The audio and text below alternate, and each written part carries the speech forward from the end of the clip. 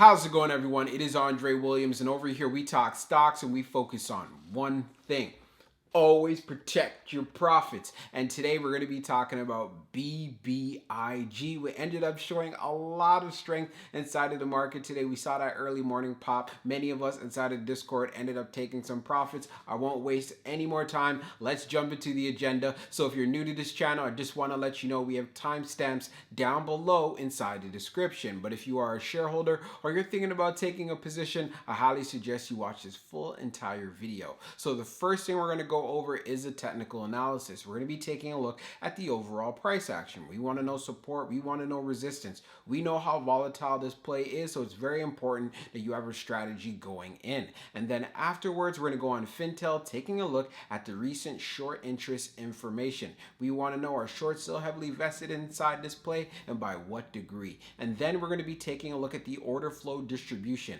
Were institutions loading up on shares of BBIG? We're going to find out, because we know that does have an impact on the overall stock. And then when all of that is done, we're going to be going into the final thoughts and going over some more details as well. So we're going to be doing a technical analysis for BBIG. Let's see how it performed on the day. So it ended up closing at $10.22, being up 5.80%. On the low, it tested $10.10, and then on the high, testing $12.49. When we take a look at the volume stats on the day, you could see we traded at 314.23 million shares, and the average volume over 10 trading days being at 179.199 million shares. So we continue to have above average volume, and it's part of the reasons why we saw appreciation in the stock price today. The chart we're using is the 1-year daily chart. When we take a look at the RSI down below, you can see it's right at 79.94. So yes, we are in the overbought territory, but this is of no surprise even when we take a look at the price action overall in general. Now, when we take a look at a chart, we're above all of the major moving averages that I use on this channel, but also we want to pay attention to areas of support. So what we could see clearly here, remember we talked about, hey, wanting to see $8 hold up. Now that we've seen some momentum and we've been picking up some steam, especially on the day, the next level of support you want to see hold up, especially if it does decide to pull back further going into tomorrow, is around $9.11. And then moving up from there, then the next level you're going to want to see hold up is right here at this $10 level. We did a great job holding this level down. We did end up testing $10.10 on the day. So keeping that in mind for tomorrow, we want to see this level actually hold.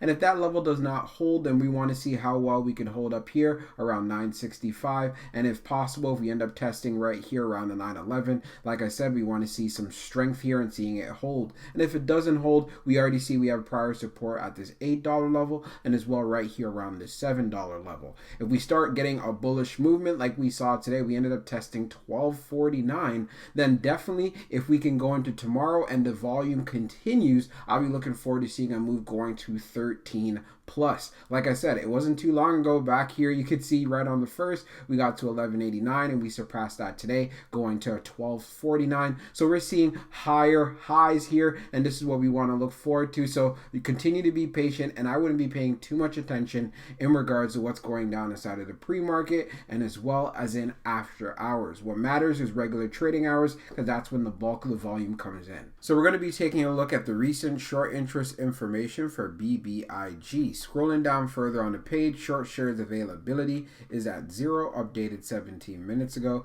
And then for the short borrow fee rate, it is not available. Now, as we scroll down further, we can see from the short volume ratio history, the close for the second, it was at 43.67. The close for the third, it was at 45.15. And then the close for the seventh, it was at 43.82. So one thing that we can clearly see, BBIG continues to have short squeeze potential. There's shorts that are heavily vested inside of this play. And it's part of the reasons being is with all of the volatility that we're having, as long as we continue to have a large amount of volume coming into the stock, we could look forward to seeing some even stronger moves to the upside. Now let's take a look at the order flow distribution for BBIG. So we can see here on the inflow was at 792, and on the outflow it was at 769. So we end up having an inflow day, and of course this is also in the millions. When we take a look on the large side, on the inflows, we have 12.36. On the medium, we have 548, and then on the small, we have 232. On the outflow side, we have 16.01 on the large. On the medium, we have 537, and then on the small, we have 215. So you can see we end up having a surplus on the inflow side when it comes to medium and as well as small, and also we ended up having a surplus on the outflow side, having large scale being at 16.01 compared to the 12.36 that we have on the large. When we take a look at the large scale orders in the last 5 days, you can see for the close of today, September the 8th, it was at 3,651.25, so ended up being outflows, and we could already see that clearly. But one thing we also want to take notice of, there were a lot of large scale orders which we saw. So I am still bullish when it comes to this play, and due to the fact it started pulling back towards the end of the day, and I've been seeing that in the after hours, I think it's still far from over here. It having this pullback is completely fine, and I know many people are actually taking advantage of getting into more positions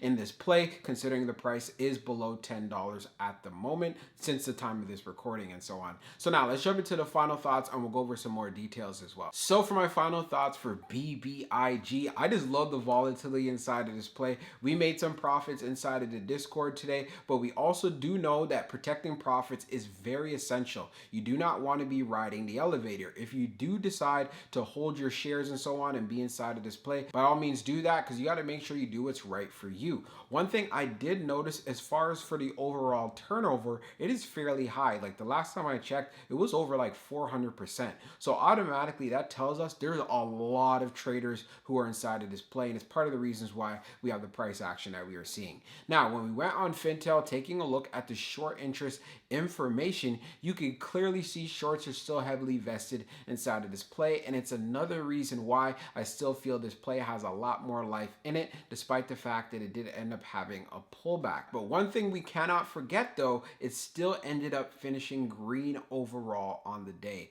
Most of that big time price action we saw happen in the after hours, you see it moving through the pre-markets and so on, and when it comes to regular trading hours, we end up having a lot more volume. This is part of the reasons why you don't want to put too much of a heavy focus outside of regular trading hours. Regular trading hours is where the bulk of the trading happens, and this is why we need to pay attention to it. So now, as far as if you're going to be inside of this play, I'm going to say it again. Make sure that you're attentive. This is not the play where you just buy it, you set it, and forget it. It doesn't work that way.